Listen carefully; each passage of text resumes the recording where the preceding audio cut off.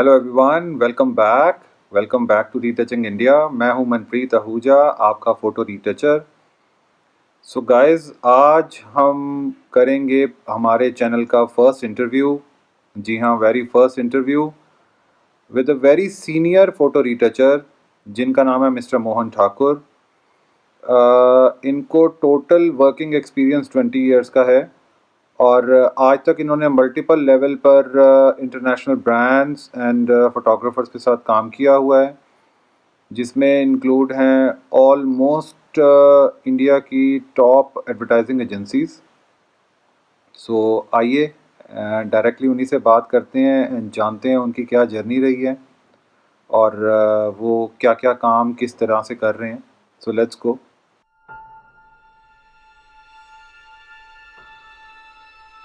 So welcome mister Mohan. हम welcome करते हैं आपका हमारे चैनल पर। आप थोड़ा सा हमारे व्यूअर्स को अपने बारे में कुछ बताएंगे कि कैसे और क्या चीज़ आप करते हैं। हाय, मेरा नाम ठाकुर मोहन कुमार है और मैं एक दिल्ली में बेस्ड एक डिजिटल आर्टिस्ट हूँ जो फ्रॉम आई थिंक फ्रॉम 2000 से और अब तक कंटिन्यू इस फील्ड में मैं सर्विस दे रहा हूँ। मैंने शुरुआत एक छोटी सी एजेंसी के साथ, इम्पैक्ट नाम की एजेंसी के साथ मैंने अपने करियर की स्टार्टिंग करी थी, जो आगे एज ए टीटीपी ऑपरेटर ही मैंने स्टार्टिंग करी थी। बट जैसे जैसे मैं इस फील्ड में डीप चलता गया काम करता गया, तो मुझे पता चला कि मैं एज ए फोटो रीटचर मैं जो हूँ वो काफ़ी बढ़िया काम करता हूँ। क्योंकि क्लाइंट से जो फीडबैक मिलती थी, जो जिन इमेजेस पे मैं काम करता था वो क्लाइंट के अकॉर्डिंग बहुत अच्छी थी, तो उससे मुझे इंस्पिरेशन मिली और फिर मैं फोटोशॉप को ही अपना ड्रीम जॉब आप कह सकते हैं मैंने चुना और फिर आज मैं यहाँ हूँ। और टचवुड काम करते करते मैं काफ़ी अच्छी कंपनियों, क्लाइंटों, वर्ल्ड के बेस्ट फोटोग्राफरों तक की मैंने सर्विस दी है। तो इसके लिए मैं खुद के साथ साथ मैं अपने लक को भी थोड़ा सा थैंक्स करना चाहूँगा। Very nice mister Mohan, very nice, nice to meet you. So मेरा फर्स्ट क्वेश्चन आपसे ये होगा कि एग्जैक्टली जो भी आप रीटचिंग्स करते हैं उनमें आपकी स्पेसिफिक क्या रोल्स रहते हैं, क्या आपकी ड्यूटीज़ रहती हैं आपके प्रोजेक्ट्स में। थोड़ा सा आप उसके बारे में भी ज़रूर बताइए। जैसा कि मैंने कहा कि मैंने एज ए डीटीपी ऑपरेटर अपने करियर की शुरुआत करी थी, तो मेरे लिए काम कोई छोटा या बड़ा नहीं था। इस कॉन्सेप्ट को लेकर मैं हमेशा ही आगे बढ़ा, तो इसी वजह से मैं छोटे से छोटे काम को लेकर और काफ़ी जो हाई एंड जो काम होता है वो सारी चीज़ें मैं खुद ही करता था। मैं फोटो को मुझे क्लिपिंग पाथ बनाने में भी उतना मज़ा आता है और फोटो को रीटच करने में, फोटो की कंपोजिशन करने में, डिफरेंट इमेजेस की कंपोजिशन करने में, या फिर जो आर्टिस्टिक टच देना होता है उसमें भी मेरे लिए सब सब बराबर है। मैं हर काम को मैं एंजॉय करता हूँ, तो as a role of photo retoucher मेरे लिए सारी चीज़ें बराबर है। मैं पाथ भी उतना बढ़िया, क्लिपिंग पाथ भी उतना बढ़िया से बनाता हूँ, मास्किंग भी उतनी अच्छे से करता हूँ, उतनी शिद्दत के साथ करता हूँ, और रीटचिंग भी उतनी शिद्दत के साथ करता हूँ। तो मैं सारे रोल को एज एन अपॉर्चुनिटी मैं लेता हूँ। तो यही है, बस यही कहना चाहूँगा कि as a role of photo literature मैं क्या क्या कर सकता हूँ, क्या करता हूँ। Very inspiring Mister Mohan. मेरा नेक्स्ट क्वेश्चन होगा कि ऐसा कौन सा मोमेंट रहता है आपकी जॉब में, आपकी फ़ोटो रिटचिंग की जॉब में, जब आप अपने आप को बहुत ज़्यादा सेटिस्फाइड फील करते हैं। आई मीन हर आर्टिस्ट का एक पर्सनल मोमेंट होता है कि हाँ आज मैंने बहुत अच्छा काम किया, या मेरे को ये प्रोजेक्ट बहुत अच्छा मिला, या मैंने इस पर काम बहुत अच्छे से किया। ऐसी कौन सी चीज़ है, या ऐसा कौन सा टाइम आता है जब आपको लगता है कि नहीं आज मैं बहुत सेटिस्फाइड फील कर रहा हूँ अपने प्रोजेक्ट से? I am satisfied as a job as a photo retoucher. देखिए, दो तरीके का काम होता है। एक तो आप बहुत ही फैंसी काम बना दो, जिसमें कि आपको एक अलग ही दुनिया की चीज़ आप मतलब कि वैसी जो नहीं होती है वो भी आप मतलब कि दिखाते हैं, तो वो काम भी होता है। और कुछ ऐसा भी काम होता है जो बिल्कुल ही बेसिक काम होता है, जो कि काफ़ी नेचुरल रखा जाता है। बट मुझे जहाँ तक अच्छा लगता है, मुझे इन दोनों के बीच की जो बीच में जहाँ होता है कि थोड़ा सा फैंसी भी होना चाहिए, कि ऐसा भी नहीं होना चाहिए कि बिल्कुल ही फ्लैट लगे चीज़ें, और ऐसा भी नहीं होना चाहिए कि वो देखकर लगे कि नहीं यार ये जैसे कि इस रूम की मान लो कोई फोटोग्राफी होती है, तो मुझे इस रूम को थोड़ा सा ड्रीमी इफेक्ट भी देना होता है, और एट द मीन टाइम मुझे उसको नेचुरल भी रखना होता है, ताकि जो लोग जब यहाँ इस रूम को पे जब भी आए तो उन्हें ऐसा ना हो कि ऐसा ना लगे कि मैंने कुछ और देखा था और अब मैं कहीं और आ गया। तो मुझे ऐसा काम करना पसंद आता है, तो मैं बैलेंस बनाकर ही चलता हूँ जहाँ तक मेरे काम की बात है। Very true. आई मीन काम के साथ बैलेंस बनाना ही सबसे बड़ी बात होती है, एंड ये बहुत अच्छी बात है कि आप अपने काम के साथ बैलेंस बना पाते हैं, एंड अपने आप को सेटिस्फाइड भी रख पाते हैं साथ के साथ। सो मैं अगला क्वेश्चन आपसे ये करना चाहूँगा कि देखिए हर फोटोग्राफर के पास कभी कभी मल्टीपल प्रोजेक्ट्स चल रहे होते हैं, एंड फोटो रीटचर के पास भी मल्टीपल प्रोजेक्ट्स आते हैं फोटो रीटच होने के लिए। सो अगर मैं जॉब्स को प्रायोरिटाइज करने की बात करूं, तो आप कैसे डिसीजन लेते हैं कि मेरे को कौन सी जॉब को हाई प्रायोरिटी पर रखना है, या आई मीन मैं सिंपल लैंग्वेज पूछूं तो आप अपनी जॉब को कैसे प्रायोरिटाइज कर पाते हैं? प्लीज आप उस चीज़ पर भी बताइए थोड़ा सा। आप कह सकते हैं कि मेरी कोई प्रायोरिटी नहीं होती, क्लाइंट की प्रायोरिटी मेरी प्रायोरिटी होती है। और जैसे जैसे कि आप एक तो मेरी प्रायोरिटी आप कह सकते हैं मैं इस तरीके से भी डिसाइड कर लेता हूँ कि जैसे जो काम पहले आया है उस काम को मैं पहले देने की कोशिश करता हूँ। बट अगर कभी कभी ऐसा भी होता है कि क्लाइंट को बहुत ही अर्जेंसी होती है कि मुझे आज ही जो है ये रात में मैगजीन में प्रिंट होने के लिए जानी है फैले, तो मैं उसको फिर मैं रोक नहीं सकता। तो क्लाइंट की प्रायोरिटी मेरी प्रायोरिटी होती है, और फिर बाकी कामों को भी मैं उस हिसाब से ही मैं डिलीवर करने की कोशिश करता हूँ। और फ्रॉम द डे वन जब से मैंने एज ए फ्रीलांस मैंने डिजिटल आर्टिस्ट या फोटो रिटचिंग का काम जब से मैंने शुरू करा है, तब से नॉट ए सिंगल जॉब मैंने एक दिन भी मैंने डिले करा है।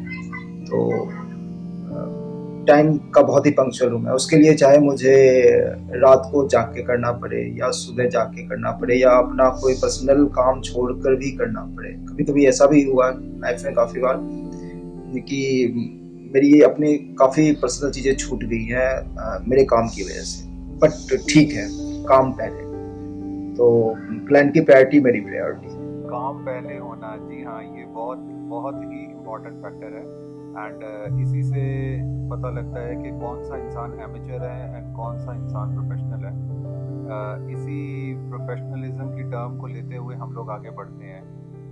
सो अगर मैं बात करूं कि एडवर्टाइजिंग एजेंसी या क्लाइंट के पर्सपेक्टिव से, सो उनका क्या पॉइंट ऑफ व्यू होता है कि जब वो आपको हायर कर रहे होते हैं तो वो किस लिहाज से ऐसा सोचते हैं, या उस डिसीजन पर आप आते हैं कि हाँ यस हमें आपको ही हायर करना है? आई मीन क्यों कोई क्यों हायर करना चाहेगा? ऐसी क्या क्वालिटी है, या ऐसा कौन सा डिसीजन लेने को वो मजबूर हो जाते हैं कि हाँ हमें इसी फोटो रिटचर के साथ काम करना है? प्लीज़ उसके बारे में भी थोड़ा सा बताइए। ऑफ कोर्स फर्स्ट रीज़न ये है कि मेरा एक्सपीरियंस मैंने अब तक सैकड़ों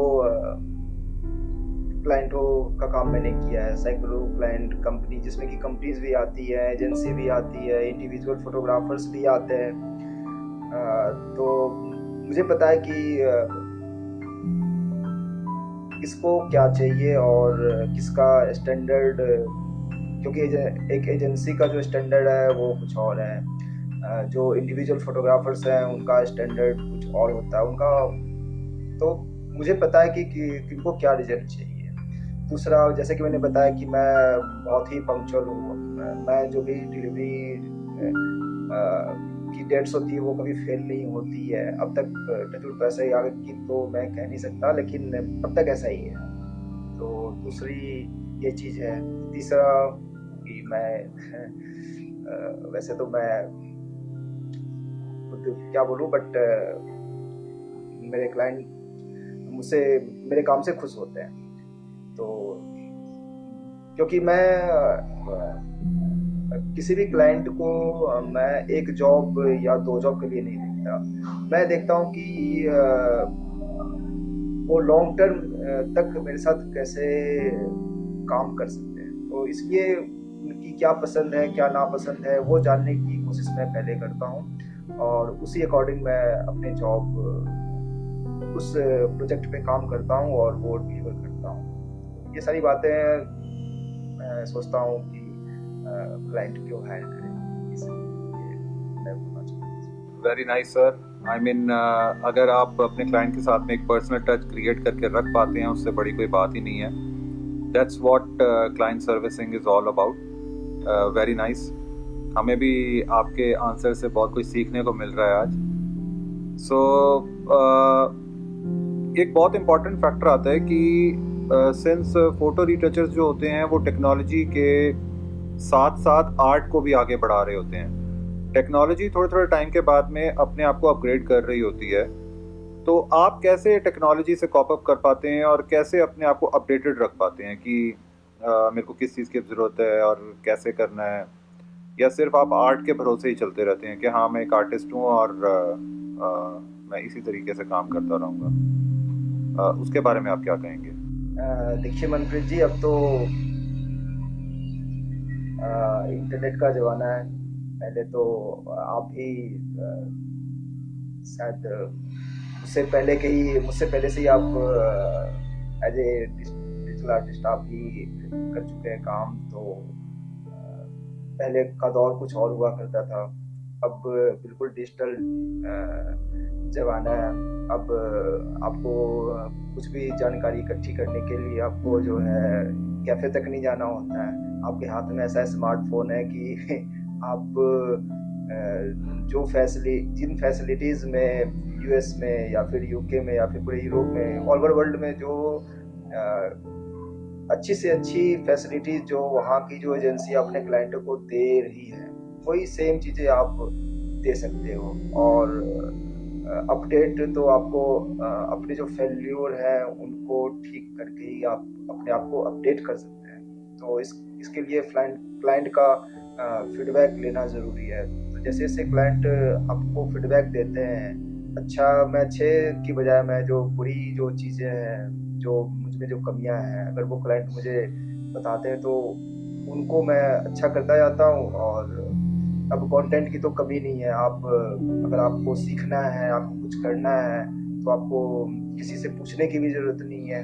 आपको यूट्यूब पे या फिर गूगल पे आपको सिर्फ टाइप करना होता है, वो सारी इन्फॉर्मेशन आप तक पहुंच जाती है। तो सिर्फ आपको ये अपने आप को तैयार करना होता है कि आपको अपनी कमी दूर करनी है या नहीं करनी। तो जैसे मुझे अपनी कोई कमी के बारे में पता चलता है तो मैं उसको दूर करने की कोशिश करता हूँ, चाहे वो चीज़ मुझे जहाँ भी मिले, किसी को पूछने से मिले या फिर गूगल करने से मिले या फिर यूट्यूब देखने से मिले, मैं अपनी कमियों को दूर इसी प्रकार ही करता हूँ। Thank you. Very nice Mohan ji, very nice. हम खुद अपनी गलतियों से सीख सकते हैं या हमारे फेलियर से हम सीख सकते हैं। ये एक मैच्योर इंसान या सीनियर लेवल का आर्टिस्ट ही बात को एक्सेप्ट करके बोल सकता है। आपने बहुत बड़ी बात बोली है यहाँ पर। सो मैं 100% आपकी इस बात से एग्री करूँगा। नेक्स्ट मैं आना चाहूँगा कि कभी कभी ऐसा भी हो जाता है, सिंस हम फोटो रिटचर्स जो हैं वो आर्ट से रिलेटेड टेक्नोक्रेट्स हैं। आई मीन हम आर्ट और टेक्नोलॉजी दोनों को मिला करके काम करते हैं। बट कभी कभी कोई ऐसा क्लाइंट या ऐसी कोई रिक्वायरमेंट आ जाती है जो थोड़े से डिफ़िकल्ट होते हैं। सो अगर मैं सिंपल वर्ड्स में आपसे पूछना चाहूँ तो ऐसी सिचुएशन को आप कैसे टैकल करते हैं? आई मीन आप डिफ़िकल्ट क्लाइंट्स को कैसे टैकल करते हैं? आई एम श्योर हमारे व्यूअर्स में किसी ना किसी को ये सिचुएशन ज़रूर कभी ना कभी ज़रूर फेस करनी पड़ती होगी कि क्लाइंट की तरफ से बहुत सारी रिक्वायरमेंट रहती है और चीज़ें जो होती हैं वो डिफ़िकल्ट हो जाती हैं। सो डिफ़िकल्ट क्लाइंट को आप कैसे टैकल करते हैं? ये भी ट्रिक बताइए। डिफ़िकल्ट क्लाइंट तो नहीं कहेंगे, उसके लिए मैं थोड़ा दूसरा वर्ड में यूज़ करना चाहूँगा कि वो क्लाइंट जो अपनी जॉब को लेकर बहुत ही ज़्यादा कंसर्न होते हैं, उनको मैं ये वर्ड मैं थोड़ा चेंज करना चाहूँगा, क्योंकि मैं डिफ़िकल्ट शायद जो मेरा पहला बॉस था उसी ने मुझसे कहा था कि डिफ़िकल्ट हमारे जो हैं वो ब्रेन की चीज़ है और कुछ भी इम्पॉसिबल नहीं है। तो उस दिन से मैंने ये जो वर्ड है अपने डिक्शनरी से हटा दी थी। तो मैं कहूँगा कि वैसे क्लाइंट जो अपने जॉब को लेकर काफ़ी कंसर्न है। So nice of you Mohan ji. I mean 100% मैं आपकी इस बात से एग्री करूँगा कि जो क्लाइंट के पर्सपेक्टिव से अगर हम इस बात को देखें कि वो हमें फ़ी पे कर रहे होते हैं रीटचिंग की, और उनकी एक्सपेक्टेशन होती है कि अगर हमने फ़ी पे की है तो हमें उसका 100% रिज़ल्ट भी मिले, तो उस बात को कंसर्न बोलना वही इंसान कह सकता है जो या तो बहुत मैच्योर हो या सीनियर लेवल पर हो। तो मैं आपको ज़रूर कंग्रेचुलेट करूँगा उस चीज़ के लिए। एंड एक बहुत कॉमन सिचुएशन हम सब ग्राफिक इंडस्ट्री में आर्टिस्ट के सामने ज़रूर आती है, एंड वो होती है रिविजन्स की। आपको कैसा लगता है कि आपने एज़ पर द इंस्ट्रक्शंस अपना एक प्रोजेक्ट रेडी कर दिया है, फर्स्ट कट आपने बना दिया, क्लाइंट के साथ में शेयर भी कर दिया, और स्टिल उसके बाद में फ्रीक्वेंट चेंजेस उसके ऊपर क्लाइंट की तरफ से आते ही जा रहे हैं। सो आप ऐसी सिचुएशन में कैसा फील करते हैं? उस चीज़ के बारे में बोलिए। आई एम श्योर आप वहाँ पर आप ये नहीं कह पाएंगे कि मैं वहाँ उस चीज़ को भी मैं बहुत हम्बली ले लेता हूँ। हम सब परेशान होते हैं, क्लाइंट भी जानता है कि ऑपरेटर आर्टिस्ट ये सब परेशान हो रहे हैं, बट आप कैसे उस चीज़ को कॉप अप कर पाते हैं? उसके बारे में आंसर कीजिए आप। काफ़ी इंटरेस्टिंग क्वेश्चन है। बस इसका जवाब मैं वही यही दूंगा कि जैसे कि मैंने आपको कहा कि क्लाइंट्स की जो रिक्वायरमेंट है अगर बार बार चेंजेस आ रही है तो फिर उनकी तरह आपको सोचना पड़ेगा कि आखिर क्लाइंट चाहता क्या है। तो ये जब भी आपको पता चल जाएगा तो या तो बार बार फ्रिक्वेंट चेंजेस नहीं होंगे, आपका हो सकता है कि पहली बार का काम ही बिल्कुल ही परफेक्ट हो और ओके हो जाए और वो फाइनल भी हो जाए। लेकिन कई बार क्या होता है कि आप क्लाइंट की रिक्वायरमेंट को समझ नहीं पाते, जिससे कि क्लाइंट बार बार चेंजेस करवाता है। या कई बार क्या होता है कि कुछ क्लाइंट्स ऐसे होते हैं कि वो सेटिस्फाइड ही नहीं होते, एक्चुअली वही क्लियर नहीं होते कि उनको क्या चाहिए। तो उस केस में आपको क्लाइंट से बात करनी पड़ेगी, आपका अपना जो पॉइंट ऑफ व्यू है वो क्लियर रखना पड़ेगा कि क्लाइंट से क्लियरली पूछना पड़ेगा कि आखिर उनको चाहिए क्या। और अगर कई बार ऐसा भी होता है कि कोई एमेच्योर फोटोग्राफर ही होता है आपके पास आ गया, तो उसको भी आइडिया नहीं होता है कि उसको जो चाहिए वो वर्क करती नहीं है वैसे, तो आपको उनको या तो समझाना पड़ेगा। कई बार ऐसे भी केसेस होते हैं कि आप पहले से ही बहुत सारे पेंडिंग जॉब्स होते हैं जिनका की डिलीवरी डेट्स होता है, जिनको कि आप रोक नहीं सकते। तो आपको फिर टाइम के लिए भी बात करनी पड़ती है क्लाइंट से कि देखो जी, आप जो हमारी जो कमिटमेंट थी वो तुमने पूरी कर दी है, अब आपकी तरफ से डिले हो रहा है क्योंकि आप बार बार चेंजेस करवा रहे हो, तो या तो आप मुझे टाइम दो, नहीं तो अपना जो फाइनल रिक्वायरमेंट है वो आप बता दो। तो बात करने से बात बन जाती है और ऐसे ही आपको एक उनकी तरह सोचना पड़ेगा कि आखिर वो चाहते क्या है, और उनका सोल्यूशन ऐसे ही निकलता है। तो मेरे ख्याल से यही इसका राइट आंसर होना चाहिए। आप क्लाइंट की ज़रूरतों को समझिए और फिर उन ज़रूरतों को फुलफिल करने के लिए काम कीजिए, ताकि क्लाइंट भी खुश और आप भी खुश। तो आपका काम कभी रुकेगा नहीं। Very nice sir, very nice. Thank you so much, आपने ये सब बातें बताई। Last but not the least, मैं आपसे अब हमारा लास्ट क्वेश्चन इस इंटरव्यू का लेना चाहूँगा। वो ये है कि एट प्रेजेंट आप अपनी कंपनी को कितना पसंद करते हैं? आई मीन ये है तो थोड़ा सा ऑफ ट्रैक क्वेश्चन। कोई भी एम्प्लॉय जो होता है वो 100% रैंकिंग नहीं दे पाता अपनी कंपनी को। स्टिल मैं आपसे पूछना चाहूँगा कि आप जिस भी कंपनी में अभी काम कर रहे हैं या जिनके साथ भी आप काम कर रहे हैं, तो आपको क्या चीज़ उनके बारे में पसंद है और आप कैसा फील करते हैं उस चीज़ के बारे में, ये भी ज़रूर बताइए। जैसा कि मैंने आपसे पहले ही कहा कि मैं एक फ्रीलांसर फोटो रिटचर हूँ। तो मैं किसी कंपनी में एज ए सैलरीड मैं सैलरी लेकर मैं अभी काम नहीं कर रहा पिछले 7-8 सालों से। तो मेरे और जब आप किसी कंपनी में काम नहीं कर रहे होते तो आपका एक बॉस नहीं होता, आपके बहुत सारे बॉस होते हैं, और वो बॉस होते हैं क्लाइंट्स। और आपके सारे बॉसेस बिल्कुल अलग अलग होते हैं, तो आपको उनके हिसाब से ही काम करना पड़ता है। तो मैं काफ़ी खुश हूँ कि इतने सारे लोगों के साथ काम करने का मौका मिल रहा है मुझे, क्योंकि आप जितने लोगों के साथ काम करोगे आप उतना ही बढ़िया काम में आप अच्छे होते जाओगे, और आप बढ़िया काम करने लगोगे, और आपके कामों में परफेक्शंस आती जाएंगी। क्योंकि हो सकता है कि कोई एक जो बॉस है वो आपकी सारी कमियों को दूर ना कर सके, लेकिन आप अलग अलग लोगों के साथ काम करोगे तो आपकी जो कमियां हैं, उनको कमियों को रहने की जो संभावनाएं हैं, प्रोबेबिलिटी है, वो काफ़ी हद तक कम हो जाती है, और काफ़ी आप एक मैच्योर प्रोफेशनल्स हो जाते हैं। और मैंने तो खैर इंडिया ही नहीं, पूरे ऑल ओवर वर्ल्ड में बहुत सारे लोगों के साथ काम किया है। तो